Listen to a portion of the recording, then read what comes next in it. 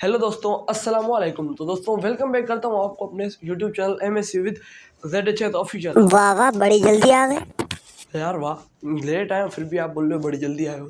तो दोस्तों it's okay, video को करते हैं स्टार्ट। तो दोस्तों जैसे कि लास्ट वीडियो मैथ्स के सब्जेक्ट के ऊपर यूनिट नंबर क्या था, यूनिट नंबर 2 था। यस और नो, एम आई राइट और नो, आपने ये बताना है। तो दोस्तों यूनिट नंबर 2 था जो कि कंप्लीट हो चुका है। अब यहाँ पे हम कौन सा यूनिट स्टार्ट करेंगे मैथ्स के सब्जेक्ट के ऊपर। तो दोस्तों डेफिनेटली अभी टू के बाद क्या आता है, 3 आता है ना, तो 3 स्टार्ट करेंगे यूनिट नंबर 3।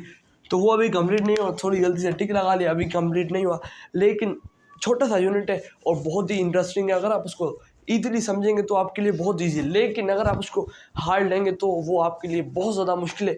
अभी वीडियो स्टार्ट होने से पहले मैं आपको बता दूं, अगर आपको इस जो है यूनिट को ईजिली लेना है तो आप इसको ईजिली समझ सकते हो, लेकिन अगर आपको थोड़ा सा भी डिफिकल्ट लेते हो तो आप इसको नहीं समझ पाओगे। तो इसको करते हैं रेस और वीडियो को करते हैं। यूनिट नंबर 3 का नेम क्या है? यूनिट नंबर 3 का नेम है नंबर सिस्टम।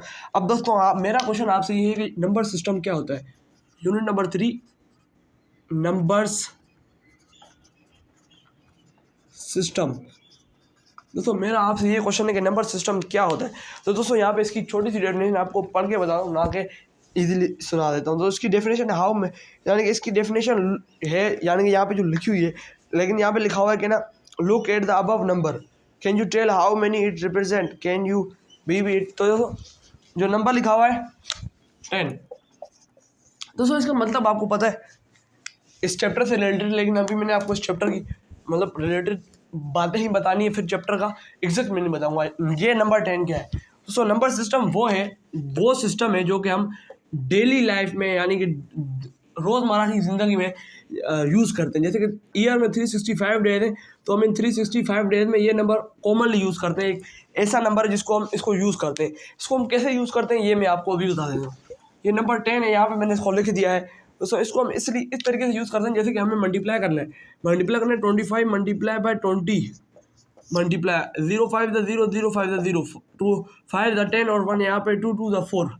सो 2 2 द 4, यहाँ पे क्या हुआ 2 2 द 4 और 1 उसका 5। तो दोस्तों यहाँ पे क्या आ जाएगा 5 प्लस, तो यहाँ पे 0 0 5। तो दोस्तों इसका आंसर क्या है 500।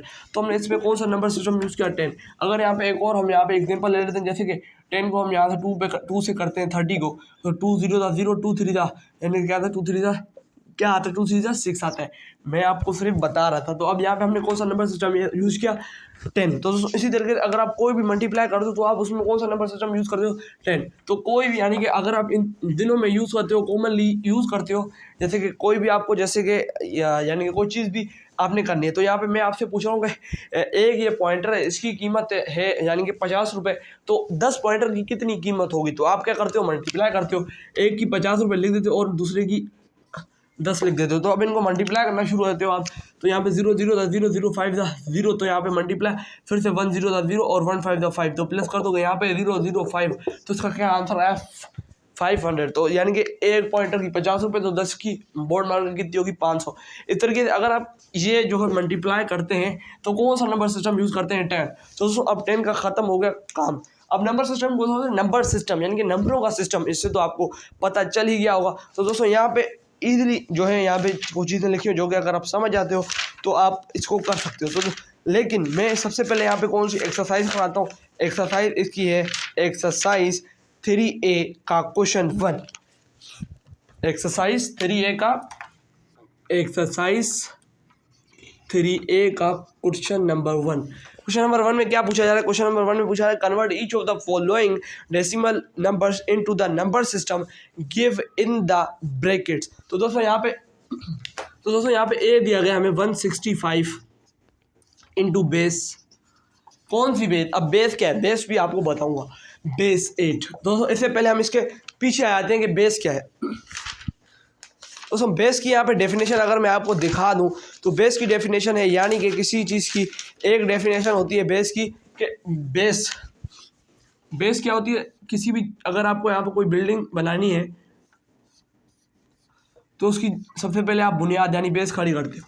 इस तरीके से ये भी इस तरीके की एक बेस है, यानी कि बेस मैं अभी आपको नहीं बताऊंगा, बेस बाद में बताऊंगा, लेकिन एक आप इसे ये समझिए कि बेस ये है। लास्ट में बताने का मज़ा खुद ही और होता है। तो क्वेश्चन नंबर 1 क्या है? क्वेश्चन नंबर 1 है कन्वर्ट करना है हमें ऐसे डेसिमल नंबर तक भी हम ले जा सकते हैं, किसमें हम इसको कर सकते हैं 165 को बेस 8 में। इसको हम डिवाइड करना शुरू करते हैं 165, यानी कि इसका सबसे पहले हमें क्या लेना है, जो इसको इसके हमें यानी कि ये देखिए ये क्या होता है, हमें ये ले लेना है, यानी कि इसको इसके फैक्टर्स निकाल लेना है, यानी कि ये क्या होता है मैंने इसलिए बोला ताकि आपको समझ आए। इसके हम फैक्टर्स निकालेंगे। तो दोस्तों फैक्टर निकालेंगे तो बेस 8 लिखी हुई है यहाँ पे, बेस 8, इस चीज़ को आपने गौर से देखना है। बेस 8 तो बेस 8 से करना है, 8 2 सा क्या आता है 16 और यहाँ पे 5 बच गया। अब हम इसका क्या करेंगे, नो टेंशन, कोई टेंशन की बात नहीं, जीरो लगा के और यहाँ पे एरो लगा के और जो बच गया इसको यहाँ पे लिख देंगे। अब अगला नंबर यहाँ पे हम शुरू करते हैं। अब यहाँ पे 20 आ जाता है, 20 आ जाता है। तो अब हम 20 का क्या करेंगे, तो दोस्तों इसी तरीके से यहाँ पे 8 के टेबल से ही होगा, क्योंकि ये बेस 8 में है तो यहाँ पे 16 आ जाएगा 2 सा, और कितने बच जाएंगे 4 बच जाएंगे। तो दोस्तों इसका आंसर क्या बनता है, बिल्कुल ईजी है। अभी आपने थोड़ा सा अपने दिमाग को तेज करना है, थोड़ा सा खोल लेना है, आंखें अपनी खोल लेनी है इसका आंसर समझने के लिए। इसका आंसर क्या आता है 245। दोस्तों इसका आंसर क्या है 165 बेस 8 इज इक्वल्स टू 245 दोस्तों, ये इसका आंसर बजाता है बेस 8 में, ये इसका आंसर बजाता है। अब यहाँ पे मैं पीछे से आपको यानी कि इसकी पसे मंजर इसका बताता हूँ कि ये चीज़ है क्या। अब जो यहाँ पे इसकी डेफिनेशन वगैरह लिखी हुई है उनके हिसाब से मैं आपको बताऊंगा, अपनी तरफ से जो मैंने बता दिया, लेकिन इसके हिसाब से भी बताना ज़रूरी है आपके लिए। दोस्तों यहाँ पे यानी कि नंबर्स लिखे हुए हैं, यहाँ पे क्या लिखा था, number of a numeral and use a system develop the basic of the number system. तो दोस्तों यहाँ पे जैसे कि यही देखिए क्या चीज़ सोल्व की गई है 131। आपको क्योंकि आपको बुक की चीज़ समझ आती है, किसी सामने वाले बंदे की चीज़ नहीं समझ आती, इसलिए मैंने आपको ये बुक दिखाई है, वरना तो ये बहुत ही ईजी है, आपको करने के लिए बहुत ईजी है। तो जैसे कि अगला क्वेश्चन मैं करके आपको बता देता हूँ। अगला क्वेश्चन है 2317 इंटू बेस 5।